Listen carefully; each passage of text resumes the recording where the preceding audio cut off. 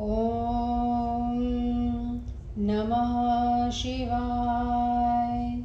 शिवजी सदा सहाय। ॐ नमः शिवाय।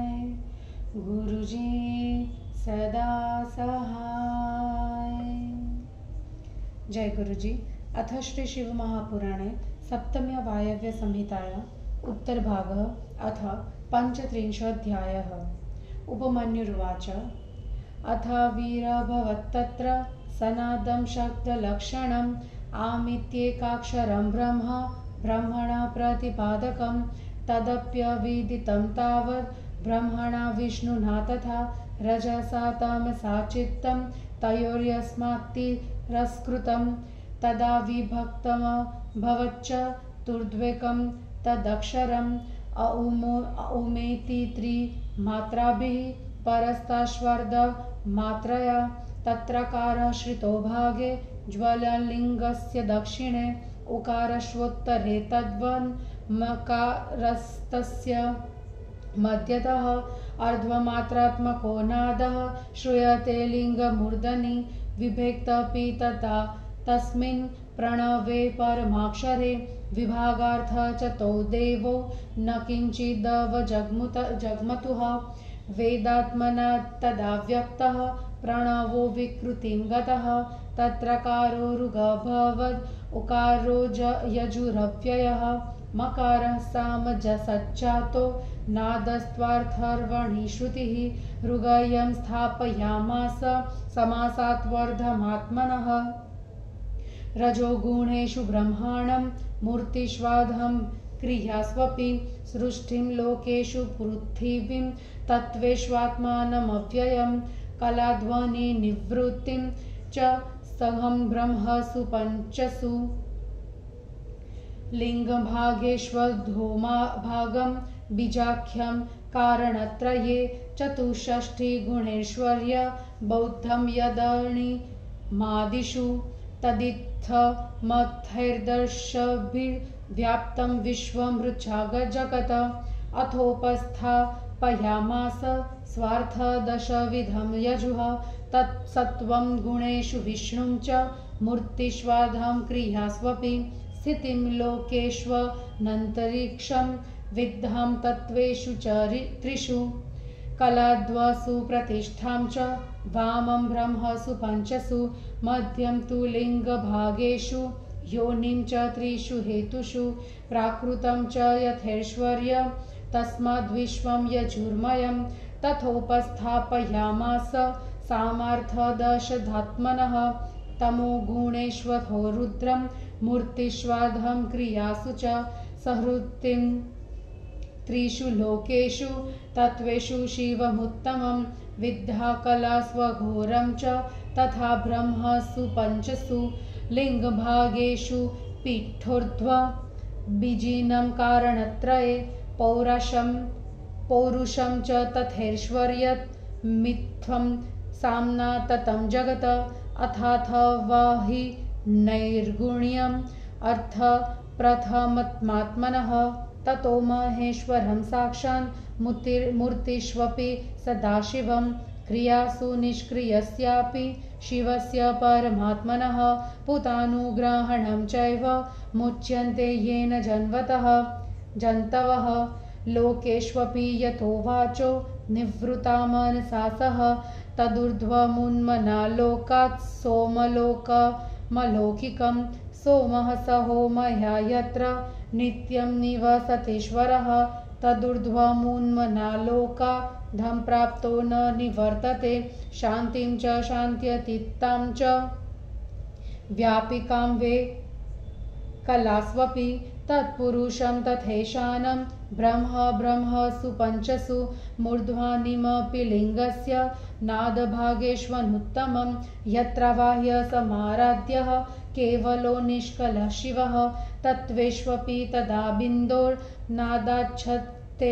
ततः परात् तत्त्वादपि परं तत्त्वं परमार्थतः कारणेषु त्रयातीतान् मायाविक्षोभकारणात् अनन्ताच्छु द्विविधायाः परस्ताच्च महेश्वरात् सर्वविद्वेश्वराधिशान्न पराच्च सदाशिवात् सर्वमन्त्रतनोर्देवात् शक्तित्रयसमन्वितात् पञ्चवक्त्रादश भुजात् साक्षात् सकलनिष्कलात् तस्मादपि पराद्वेन्दोर्द्वेन्दोष्व ततः परात् ततः परान्निषाधीशान्नादाख्याच्च ततः परात् सुषुम्णे शादब्रह्मरन्ध्रेश्वरादपि ततः परस्माच्छक्तेष्व परस्ताच्छैव तत्त्वतः परमं कारणं साक्षात्त्वयं निष्कारणं शिवं कारणानां च ध्यातारं ध्येयमव्ययं परमाकाशमध्यस्थं परमात्मोपरि स्थितं सर्वेश्वर्येण सम्पन्नं सर्वेश्वरमनीश्वरम् ऐश्वर्याच्चापि मायेया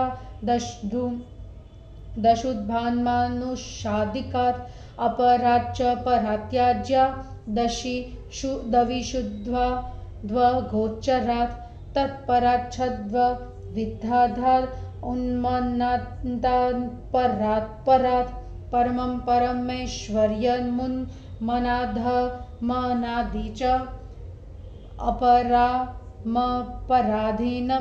निरस्ततिशयं स्थिरम्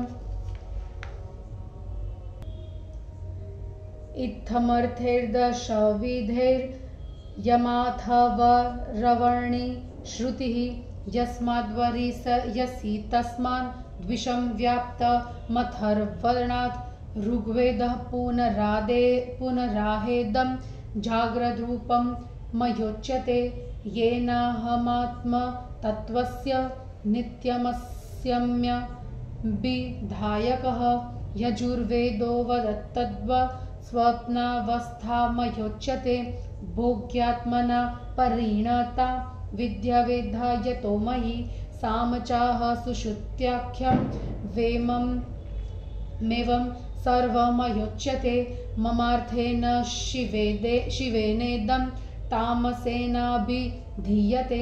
अथर्वाः तुरीयाख्यं तुरीयाति तमेव च मया विधीयते तस्माद् ध्वाति तत्पदोऽस्म्यहम् अध्वात्मकं त्रितयं शिवविद्यात्मसंज्ञितं तत्रैगुण्यं त्रयीसाध्यं संशोध्यं च पदेशिण अद्वैतं तुरीयाख्यं निर्वाणं परमं पदं तदतीतं च नैर्गुण्यादध्वनोऽस्य विशोधकं द्वयोः प्रमापको नादो नादान्तश्वमदात्मकः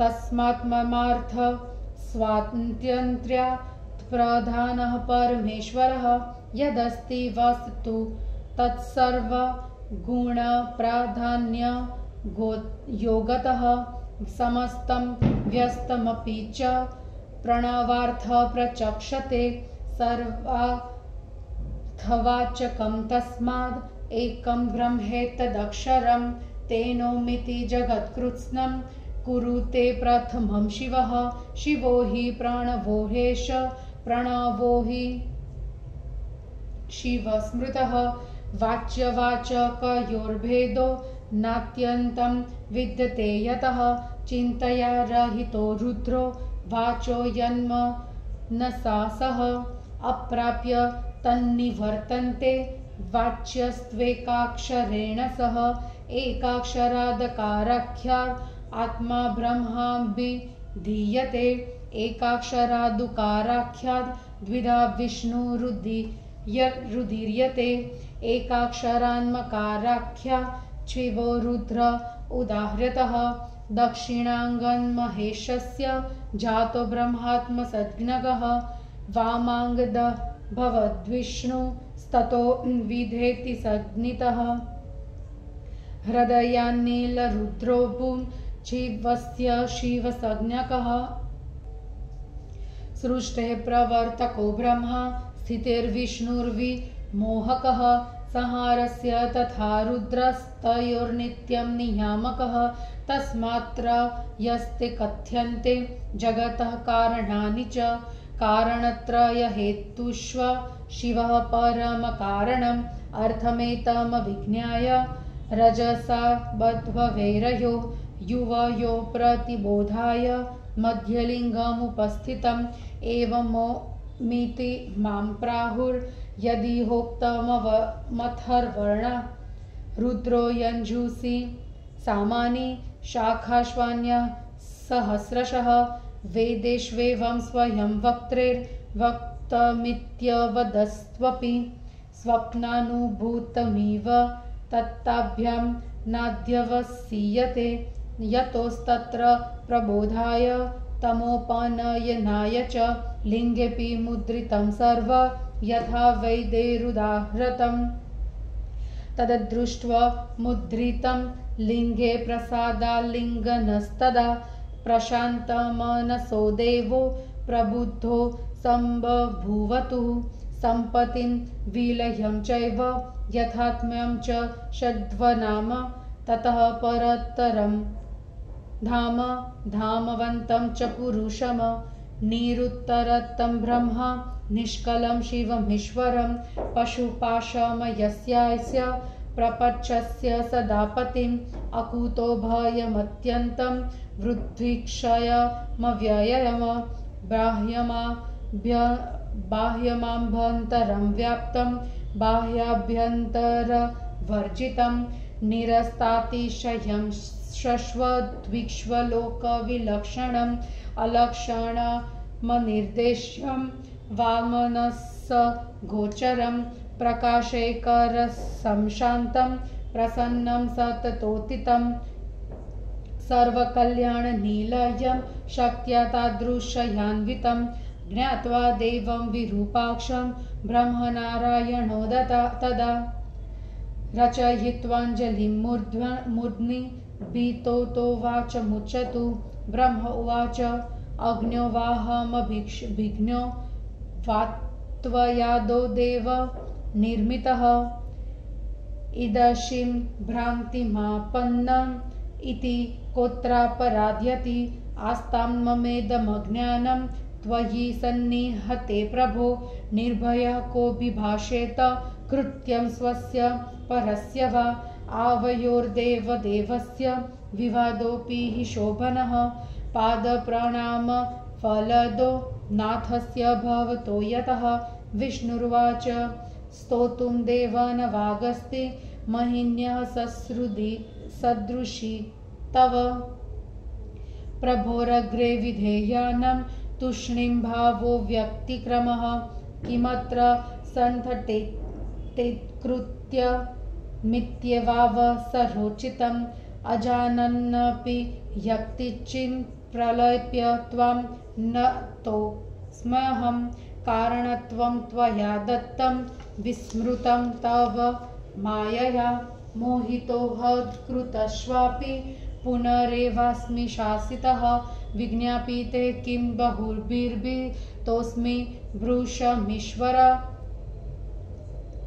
यतोऽहमपरिच्छेद्यं त्वां परिच्छेत्तुमुद्यतः त्वामुशन्ति महादेवं भीतानामार्तिनाशनम् अतो व्यतिक्रमं मेध क्षन्तुमहर्षि शङ्कर इति विज्ञापितस्ताभ्याम् ईश्वराभ्यां महेश्वरः प्रीतोऽनुगृह्यतो देवो स्मितपूर्वमभाषत ईश्वर उवाच वत्स वत्स विधे विष्णो मायया मम मोहितो युवां प्रभुत्वेह कृत्य बद्ध्वैरो परस्परं विवादं युद्धपर्यन्तं कृत्वा नोपरतो किल तदश्चित्न प्रजासृष्टिर्जगत्कारणभूतयो अज्ञानमानप्रभवाद्वै मत्यादुवयोरपि तन्निवर्तयितुं युष्मद् मोहो मयेव तु एवं निवारि तावद्ध लिंगविर्भाव लीलया तस्माद्भयो विवादं च वृदां चोत्सृज्य कृत्स्नशः यथा स्वं कर्म कुर्यातां भवन्तो वीतमत्सरो पुरा ममाज्ञया सार्ध्व समस्तज्ञानसंहिताः युवाभ्यां हि मया दत्ता कारणत्वप्रसिद्ध्यये मंत्ररत्नं च सूत्राख्यं पंचाक्षरमयं परं मयोपदिष्टं सर्व तद्दुवयोरर्धविस्मृतं ददामि च पुनः सर्व यथा पूर्वममाज्ञया यतो विना युवां तेन न क्षमो सृष्टिरक्षणे एवमुक्त्वा महादेवो नारायण पितामहो मन्त्रराजं ददोताभ्यां ज्ञानसंहितया सह तो लब्ध्वा महतीं दिव्यां ज्ञानमहेश्वरीं परां महार्थमन्त्ररत्नं च तथैव सकला कला दण्डवत् प्रणतिं कृत्वा देवदेवस्य पादयोः अतिष्ठतां वितभयावानन्दस्तिस्मितो तदा एतस्मिन्नन्तरे चित्रम् इन्द्रजालवदैश्वरं लिङ्गं कापि तिरोभूतं न ताभ्यामुपलभ्यते ततो विलप्य हाहेति सग्धः प्रणयमङ्गतः किमत्सत्यमिदं वृत्तम् इति चोक्त्वा परस्परम् अचिन्त्य वैभवं शम्भोर्विचिन्त्य च जगद्वथो अभ्युपेत्य परां मैत्रीं लिङ्गय च परस्परं जगद्व्यापारमुद्दिश्य जग्मतुर्देवपुङ्गवो ततः प्रभृति शक्राद्याः सर्व एव सुरासुरा ऋषयश्व नरा नागा नार्यश्वापि विधानतः लिङ्गप्रतिष्ठां कुर्वन्ति लिङ्गे तं पूजयन्ति च। इति श्री शिव महापुराणे सप्तम्यां वायव्यसंहिताया उत्तरभागे हरिविधिमोह निवारणं नाम 35 हिंदी अनुवाद। उपमन्यु ने कहा, तब उसमें से शब्द लक्षण एक नाद ओम प्रकट हुआ, जिसे ब्रह्मा का प्रतिपादक एकाक्षर ब्रह्मा कहते हैं। उसे भी ब्रह्मा विष्णु नहीं समझ सके, क्योंकि उनके मन रजोगुण तथा तमोगुण से घिरे थे, जिससे उनका ज्ञान तिरस्कृत हो गया था। तब वह एक अक्षर 4 भागों में बंट गया। अ, उ, म ये 3 अक्षर और आदि मात्रा देखी। उस लिंग के दक्षिण भाग में अ, उत्तर में उ और मध्य में म और अर्धमात्रा रूप नाद लिंग के सिर पर सुना जाता है। उस परम अक्षर प्रणव के बट जाने पर वे दोनों देव उसके विभाजन के अर्थ को नहीं समझ सके। वह ओंकार वेद रूप से व्यक्त होकर विकार को प्राप्त हुआ। उसमें अकार ऋग्वेद, उकार यजुर्वेद, मकार सामवेद और नाद अथर्ववेद था, ऐसा वेद वचन है। संक्षेप से अपनी आत्मा का अर्थ ऋग्वेद में प्राप्त है। रजोगुण की मूर्ति में ब्रह्मा की आदि क्रिया मूर्ति लोक में सृष्टि है।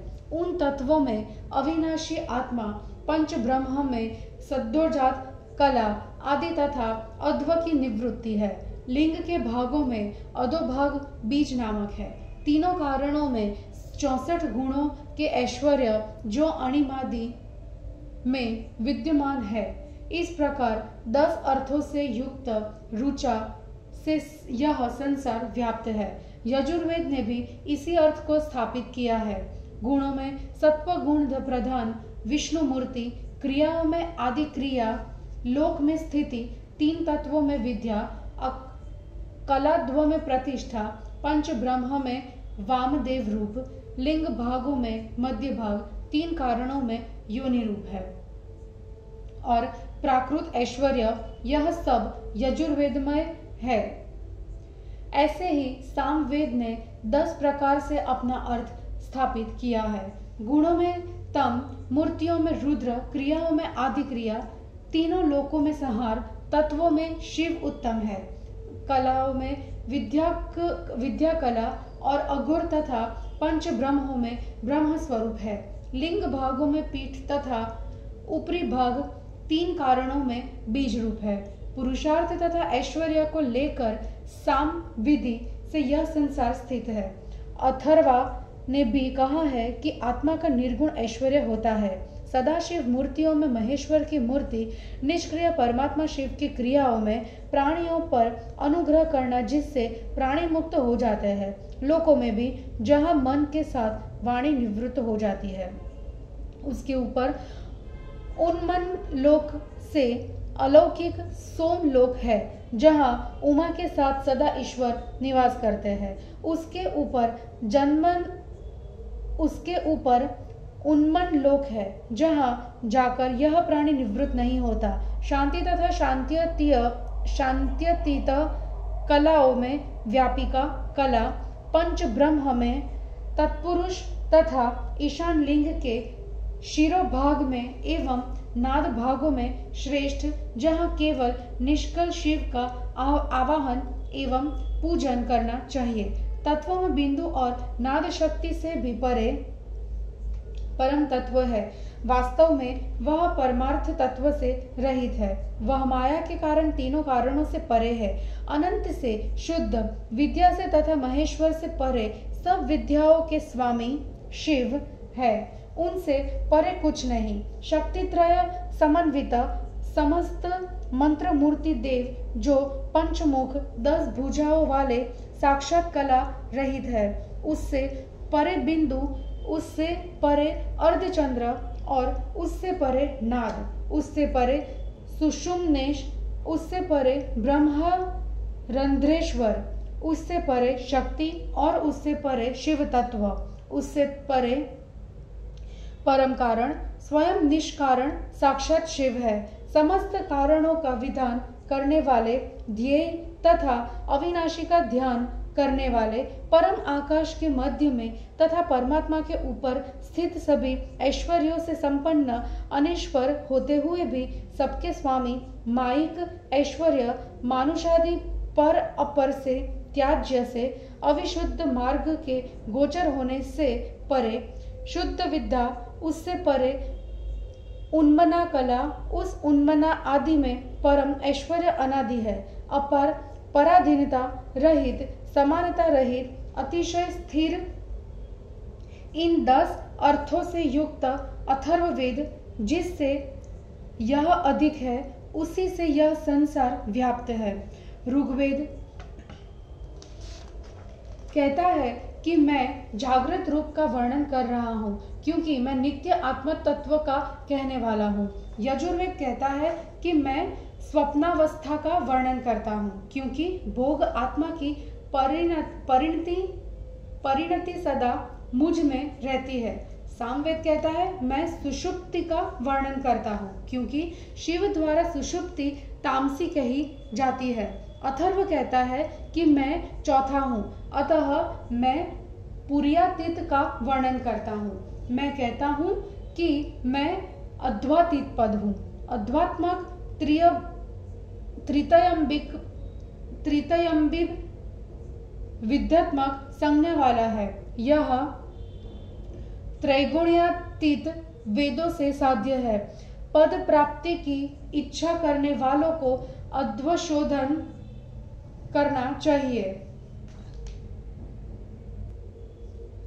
6 अध्वों से परे तुर्यातीत निर्वाण परम पद है। इसके परे निर्गुण होने से इस मार्ग का शोधन हो जाता है।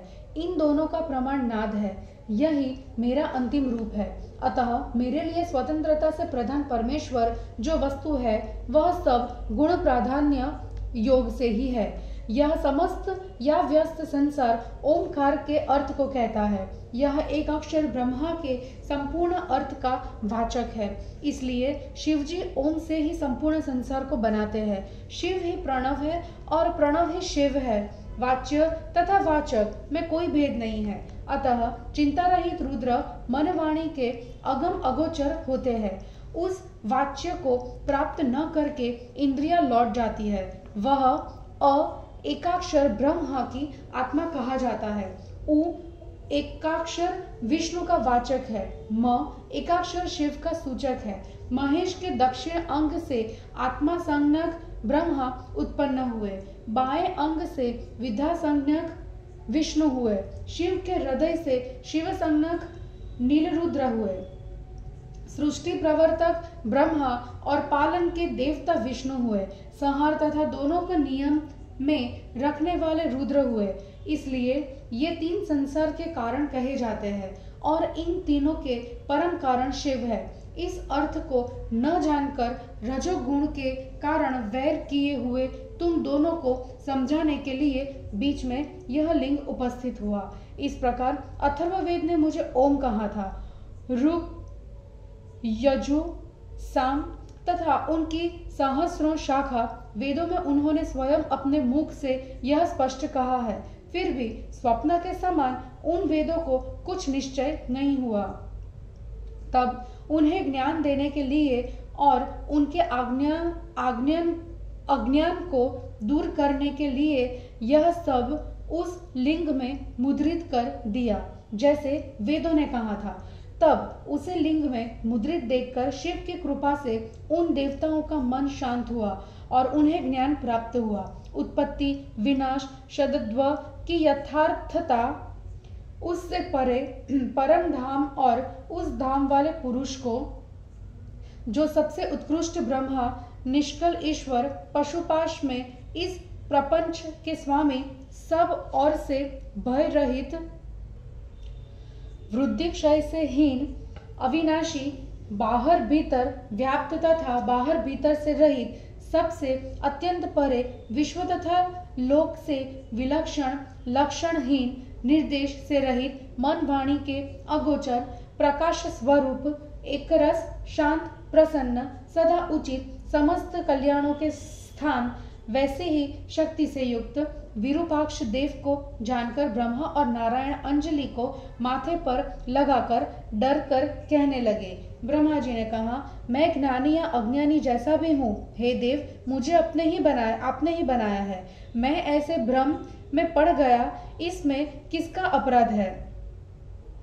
हे प्रभु, आपके समीप रहने पर भी मेरा यह अज्ञान भले ही रहे। निर्भय होकर अपने पराये कृत्य को कौन कहेगा?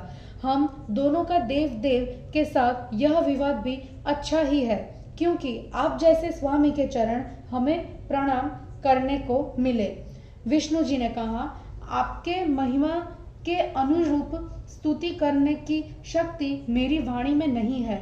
प्रभु के सामने कर्तव्यों के प्रति चुप रहना अनुचित है। इस समय अवसरोचित क्या कार्य है? बिना जाने हुए मैं कुछ कहकर आपको प्रणाम करता हूँ। कारणत्व आपने दिया था, वह आपकी माया से भूल गया हूँ। मोहित होने तथा अहंकार में आने पर आपने मुझे फिर शासित किया। हे ईश्वर, अधिक कहने से क्या लाभ? मैं डर गया हूँ। जो अपरिमेय आपको मैं जानना चाह रहा हूँ है। हे शंकर, आपने महादेव को भयभीतों का दुख नाश करने वाला कहा है, इसलिए मेरी भूल को क्षमा कीजिए। इस प्रकार ब्रह्मा विष्णु के निवेदन करने पर शिव जी ने प्रसन्न होकर मंद हास्य पूर्वक उनसे कहा। शिव जी ने कहा, हे वत्स, ब्रह्मा विष्णु, तुम दोनों मेरी माया से मोहित होकर प्रभुत्व के अहंकार से आपस में वैर करने लगे थे। तुमने युद्ध पर्यंत विवाद किया। संसार के कारण स्वरूप तुम्हारी प्रजा सृष्टि नष्ट हो गई।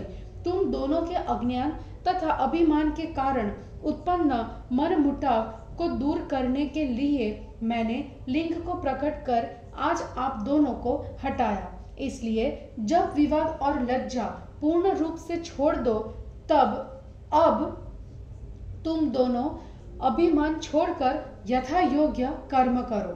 पहले मेरी आज्ञा से संपूर्ण ज्ञान संहिताओं को पढ़ो, जो कारणत्व की सिद्धि के लिए मैंने तुमको दी है। उसमें सूत्र नामक जो पंचाक्षर में श्रेष्ठ मंत्र रत्न है, मेरे द्वारा उपदिष्ट सब आज तुम भूल गए हो। अतः मैं पहले की भांति पुनः तुमको देता हूँ। तुम मेरी आज्ञा से कार्य करो, क्योंकि उसके बिना तुम दोनों सृष्टि रक्षा में समर्थ नहीं हो। नारायण तथा ब्रह्मा से महादेव ने ऐसा कहकर उन दोनों को ज्ञान संहिता के साथ मंत्र राज का उपदेश दिया।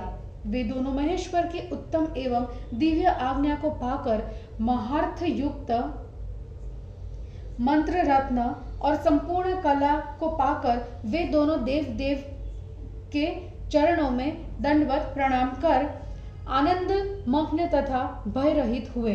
इसी समय आश्चर्य रूप इंद्रजाल के समान ईश्वर का वह लिंग अंतर्धानी हो गया और उन्हें नहीं दिखलाई दिया। तब हा हा करके विलाप कर तत्काल प्रेम में भंग होने से क्या यह घटना असत्य थी, ऐसा परस्पर कहकर शिव के अचिंत्य वैभव का विचार कर वे कष्ट रहित हो गए। अत्यंत मित्रता को पाकर एक दूसरे को आलिंगन कर संसार रूपी व्यापार के लिए वे दोनों चले गए। तब से इंद्र आदि देवता तथा असुर ऋषि नर नारी नाग विधान से लिंग प्रतिष्ठा करते हैं और लिंग में शिव की पूजा करते हैं। इस प्रकार श्री शिव महापुराण में हरि विधि मोहनी वारण नामक 35वां अध्याय समाप्त हुआ। जय गुरु जी।